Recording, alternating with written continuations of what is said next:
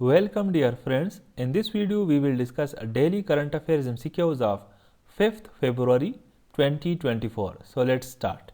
Question is, who made history as the first artist to win Grammy Award for Album of the Year 4 times? The correct option here is option C, Taylor Swift. इससे पहले Taylor Swift, Steve Wonder, Paul Simon और Frank Sinatra, इन चारों ने ये award तीन दफ़ा जीता था। लेकिन इस साल टेलर स्विफ्ट ने हिस्ट्री बनाई और तारीख में पहली पर्सन बन गई है कि जिसने ये अवार्ड चौथी मरतबा जीता है। Who recently accepted ambassador credentials from the representative of Afghanistan? The correct option here is option D, Chinese President Xi Jinping.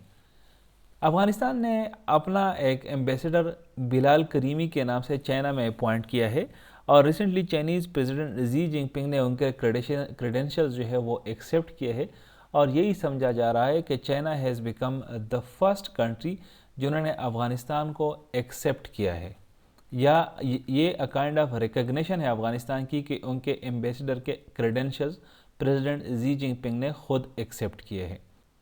What plans did Ukraine's president recently confirm? The correct option here is option A, military shake-up.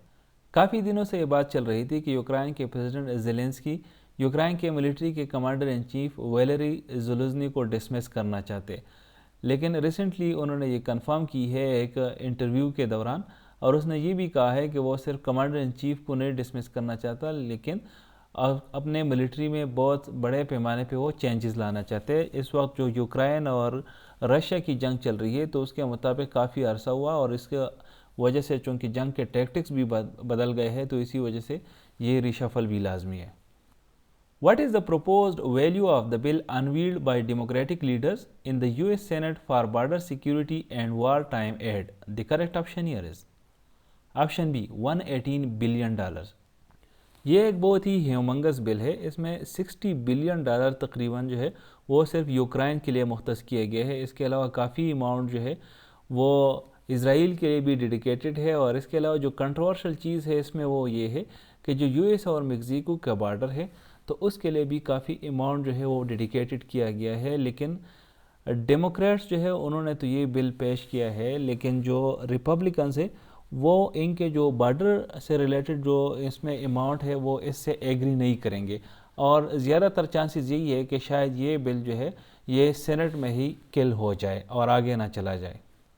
Where will the 2026 World Cup final be held on July 11 according to FIFA's announcement? The correct option here is option D, MetLife Stadium in East Rutherford, New Jersey.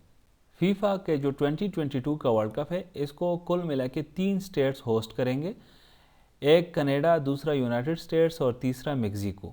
इसमें total 104 matches खेले जाएंगे। ये शुरू होगा, इसकी beginning होगी जून 11 को Mexico के, इसमें मेक्सिको कंट्री में इसका पहला मैच खेला जाएगा, और इसके अलावा 13 मैचेस मेक्सिको में खेले जाएंगे, 13 कनाडा में खेले जाएंगे और बाकी मैचेस यूनाइटेड स्टेट्स में खेले जाएंगे, और ये कल्मिनेट होगा यूनाइटेड स्टेट्स में, और इसका फाइनल जो है वो 11 जुलाई को यूनाइटेड स्टेट्स में खेला जाएगा। Where did a late night attack occur resulting in the martyrdom of 10 cops and injuries to 6 others on 5th February 2024? The correct option here is option D, South Chordwan Police Station in Dera Ismail Khan. इसके अलावा TTP की statement भी आई है इस attack से related, और उन्होंने इस अटैक की रिस्पॉन्सिबिलिटी क्लेम की है कि उन्होंने ही ये अटैक किया है। Thank you for watching this video. Stay blessed.